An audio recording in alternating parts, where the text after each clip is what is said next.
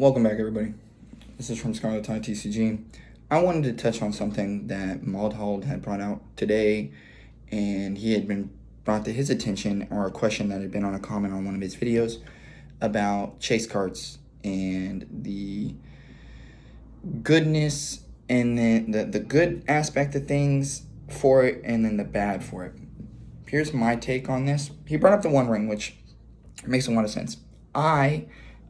From my previous videos and other card games, I've always been a competitive card game player. That is what I have been. He touched on a point about how the price tag to play card games at a competitive level is gatekept. And I hate to agree with this situation, but it's true.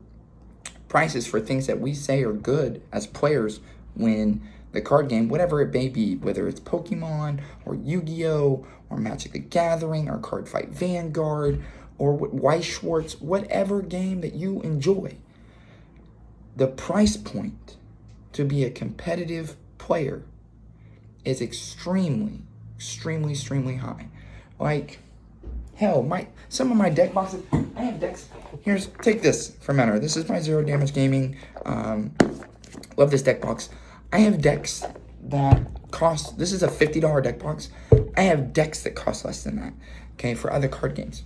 And take Magic, this is a pre-con with just some updates, with things that I already happen to have because I like to go to drafts. And since this is Phyrexian, and I've been playing a lot of March of the Machine and things like that, I already have a decent amount of things that I can update this with. Now, we take into a player who wants to get into the game, and we want to build a community for Magic the Gathering, or Cardfight Vanguard, or for Pokemon, or for Yu-Gi-Oh!, whatever that may be. Unfortunately, as a player base, when we realize that something is strong and good and has to be played, the price goes through the roof, because the playability on the secondary market makes a card worth more money. Wizards of the Coast very much so could. Again, Konami could. Bushiroad could fix the price problems of the secondary market. Now, I understand why Bushiroad is a little hesitant to do such things because of the Skull Witch Nemen debacle some years ago when V-Luard came out and fucking players, excuse my language, broke it. I understand, but you caused a problem for then banning the choice restricting the card and then killed the secondary market value, which then made shops lose money. I see both sides of the coin. But accessibility for players, even competitive players, if you want players to become competitive players and enjoy and love this game as a TCG, then you at very bare minimum have to make cards accessible. Now, I understand that there are decks that you can play that can at least keep up.